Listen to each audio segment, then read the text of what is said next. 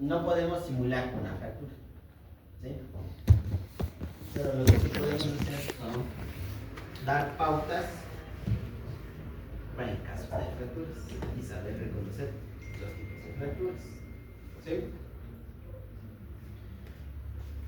Hay que tener en cuenta dentro de lo que es las fracturas de pelvis, hay que tener en cuenta las consideraciones fisiopatológicas, es decir, saber el mecanismo de producción de la fractura, ¿sí? La fuerza o el vector por el cual se produjo. Esto nos va a dejar entender el tipo de fractura de pelvis que se produjo. Dentro de los tipos de fractura están, ¿sí?, en una clasificación simple, ¿sí?, y una clasificación compleja. En la simple tenemos los tipos de fractura de pelvis que son estables, ¿sí? Este tipo de fracturas se las puede reducir con inmovilización, se da algo para el dolor y luego se inicia con la movilidad precoz, ¿sí? Mientras que las fracturas complejas son el tipo de fracturas inestables, ¿sí? A estas el tratamiento sí o sí es quirúrgico, ¿sí? Y este tipo de fracturas nos puede llegar a afectar los órganos pélvicos, ¿sí? Las fracturas simples se pueden producir por mecanismos de baja energía, como por ejemplo caídas desde el mismo peso desde la misma altura del paciente, y en cambio las complejas, que son las inestables, esas pueden ser por mecanismos de alta energía, como por ejemplo accidentes de tránsito, deportes extremos suicidas, ¿sí? ¿Alguien ha escuchado hablar de salto en esquí? Sí. Si han visto que se les saltar 50, 70, 90 metros, ¿sí? O un accidente de tránsito, ¿sí? Un accidente de tránsito donde llega lateralmente, que dentro de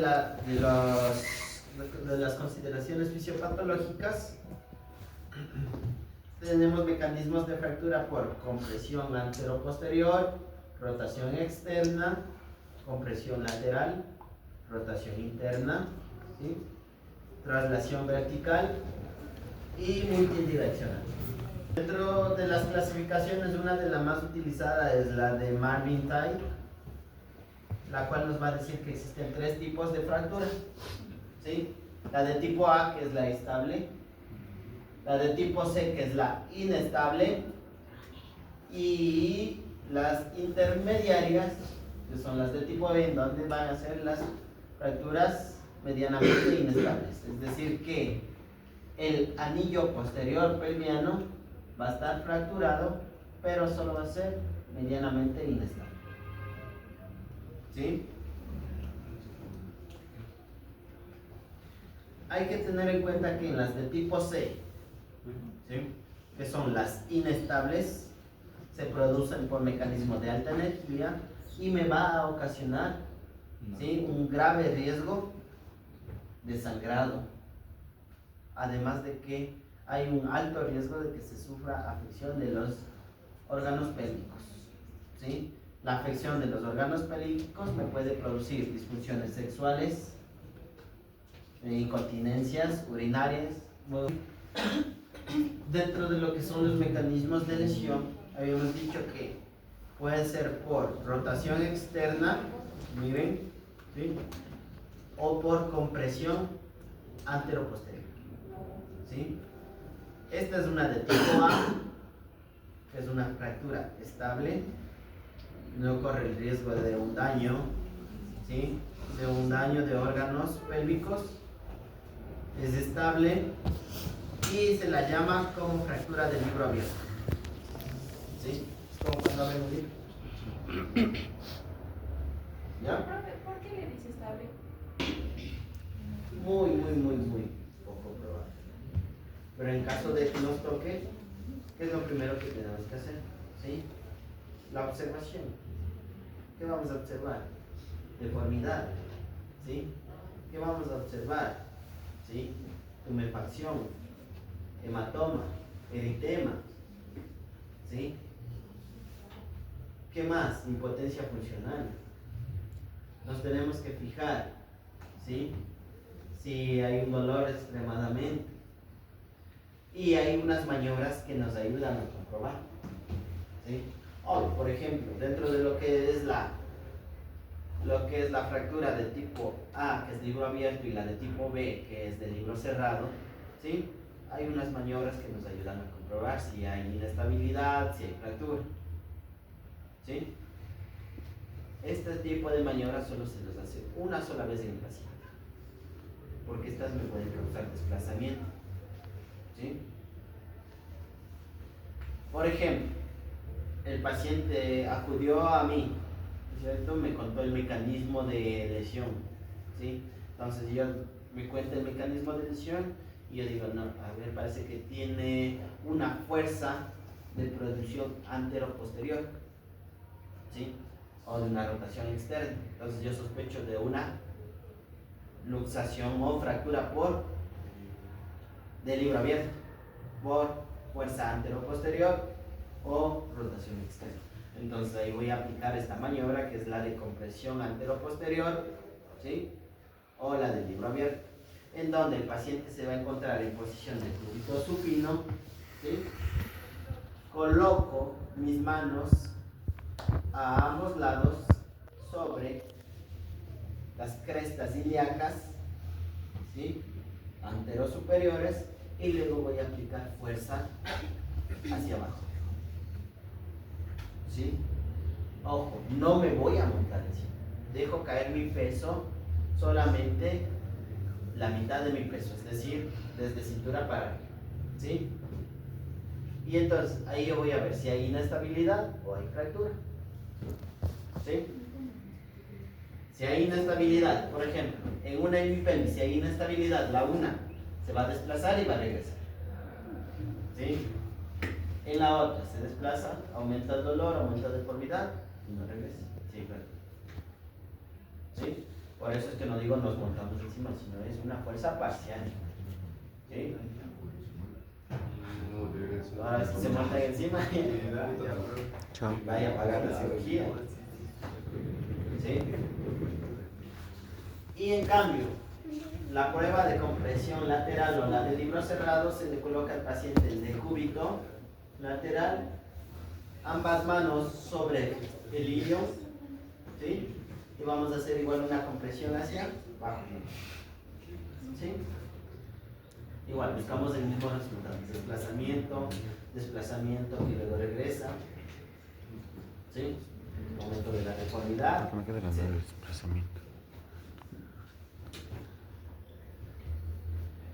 Miren las fracturas en libro abierto, miren aquí la radiografía, miren aquí cómo está separada la sínfisis del pubis, ¿sí? Este ya está como para dar a luz. Van a ser producidas por un traumatismo en dirección antero-posterior y se van a romper los ligamentos, ¿sí? Los ligamentos, y si tiene 3 centímetros o menos, debemos pensar que solamente la fractura afecta a la sínfisis del pubis, ¿sí? Pero si hay más de 3 centímetros, debemos pensar que también están rotos, es decir, una luxofractura de los ligamentos, ¿sí? Tuberositarios y los ligamentos artrociáticos.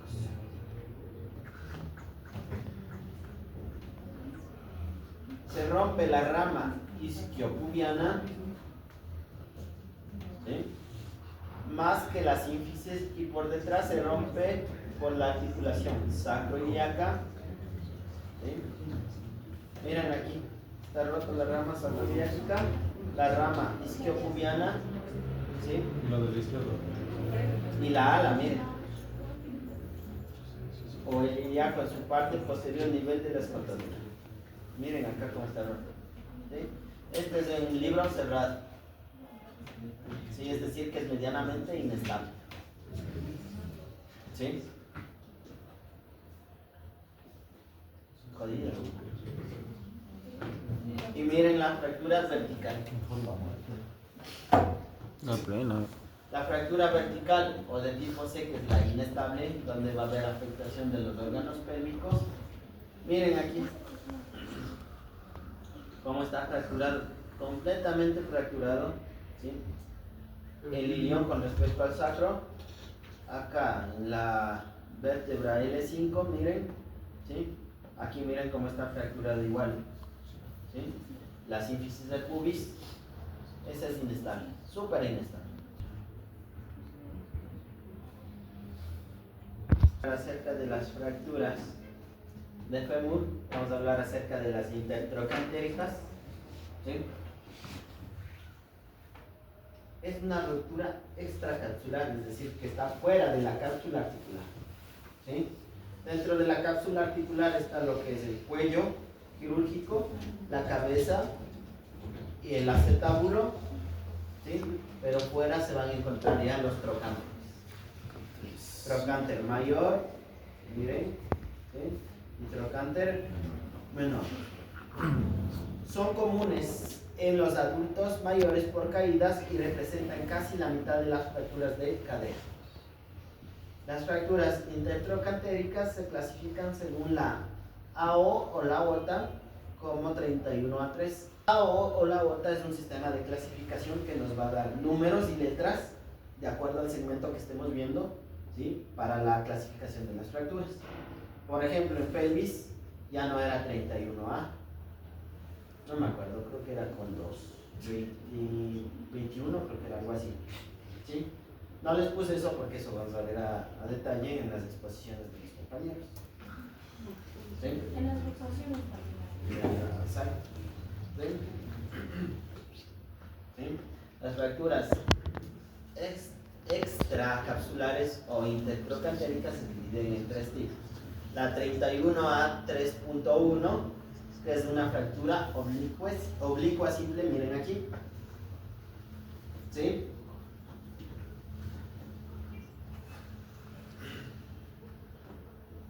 O la fractura, la 31A 3.2, que es una fractura transversal simple, igual miren aquí, transversal simple, y en las dos me está separando lo que es trocánter mayor respecto al trocánter menor, ¿sí? Miren aquí, en la 31A 3.1 puede ocurrir cuando vimos los mecanismos generales, ¿sí? Acuérdense, cuando vimos los mecanismos generales de las fracturas, había un mecanismo general que era el de tracción, ¿sí? En donde dos fuerzas jalaban hacia diferentes direcciones opuestas, ¿no es cierto? ¿Qué es lo que les había dicho? Acuérdense que yo les dije que en muchos de los casos de las fracturas de cadera de los pacientes adultos mayores, ¿qué es lo que pasaba? Primero se producía la fractura y luego caía en el suelo. Y no es que por la caída se fracturó, ¿sí? Aquí en la 31A 3.1 puede ser que, por ejemplo, el adulto mayor que ya tenía osteoporosis o osteopenia, ¿sí? Quiso girar.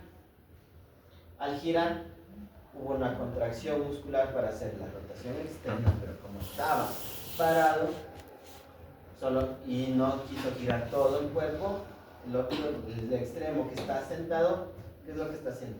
Fuerza contraria. Dos fuerzas en direcciones opuestas, una fractura o transversal o oblicuo, dependiendo de la contracción muscular, ¿sí?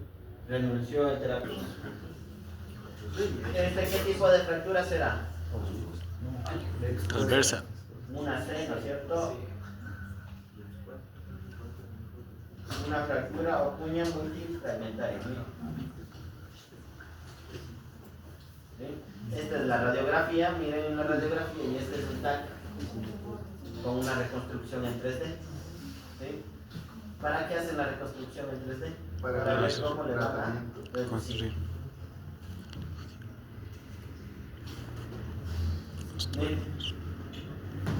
¿Qué tipo de fractura será? No, vertical.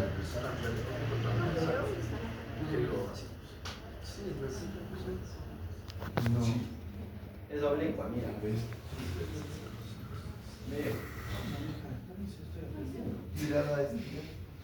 Miren, es oblicua.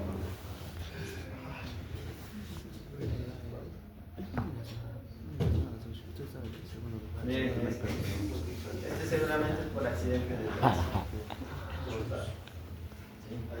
Miren los múltiples fragmentos.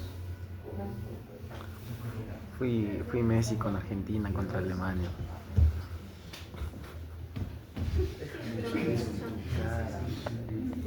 Y esta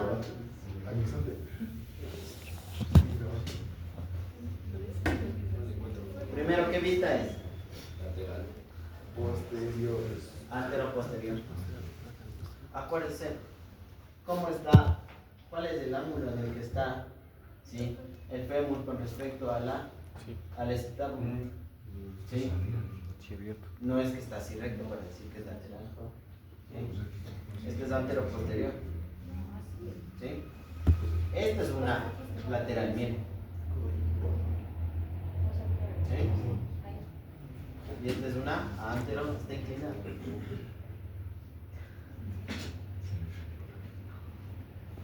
Ahora miren, las fracturas subcapitales del fémur son las fracturas que se van a producir, ¿sí?, dentro de la cápsula articular, es decir, por lo general en el cuello quirúrgico. Este tipo de fracturas conllevan un riesgo de una necropsis avascular. ¿Por qué será? ¿Quién pasa por aquí? La arteria femoral. ¿Cuál? Arteria. ¿Cuál? Inguinal. No, femoral, no. La femoral se divide en dos: circunfleja Anterior. lateral, circunfleja medial. ¿Sí? Ah. Ahora, imagínense una fractura aquí a nivel, miren en la de tipo 2, una fractura, ¿sí? Me puede dañar esas arterias, ¿sí? Esas arterias que me estaban irrigando la cabeza del fémur se dañan y ya no va a haber irrigación sanguínea. ¿Qué es lo que pasa? Se va a necrosar, se va a morir ese hueso, se va a podrir. ¿Sí? Por eso es que estas fracturas, las de cuello quirúrgico, tienen un riesgo de necropsis avascular, es decir, muerte por dejar de fluir el flujo sanguíneo. La clasificación que se utiliza por lo general es la de Gardner y nos da 4 tipos de fracturas. ¿Sí? La de tipo 1, en donde es una fractura sin desplazamiento, ¿sí?, de los fragmentos. Miren aquí. Fractura sin desplazamiento de los fragmentos, no fractura incompleta, ¿sí?, o en abducción. Miren, aquí todavía no está completamente fracturada. ¿Qué falta? ¿Sí? La de tipo 2, en donde ya hay una fractura completa, pero no hay desplazamiento. Miren, aquí no está desplazado. ¿Sí? La de tipo 3, en donde hay fractura completa, pero con un desplazamiento es el 50% o el menos del 50%. Miren, aquí solo está salido un poco. ¿Sí? Y la fractura de tipo 4, en donde ya no hay contacto de las superficies. Miren, aquí está completamente desplazado. ¿Sí? ¿Cuál me correrá más riesgo de daño? De daño vascular. 4. 4. ¿Sí? ¿Alguien ha escuchado hablar acerca de la enfermedad de Perthes? No. ¿Sí? La enfermedad de Perthes es una enfermedad en donde se mueren o se dañan, ¿sí?, las arterias circunflejas y dejan de irrigar la cabeza del fémur y termina en un reemplazo parcial de cadera.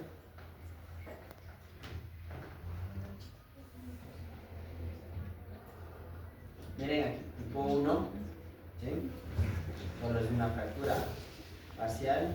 Tipo 2, fractura total pero sin desplazamiento. Tipo 3, fractura total con el 50% de desplazamiento. Muy bien. ¿Sí? Y la de tipo 4 en donde están completamente desplazados. ¿Sí? Eso en cuanto a las fracturas.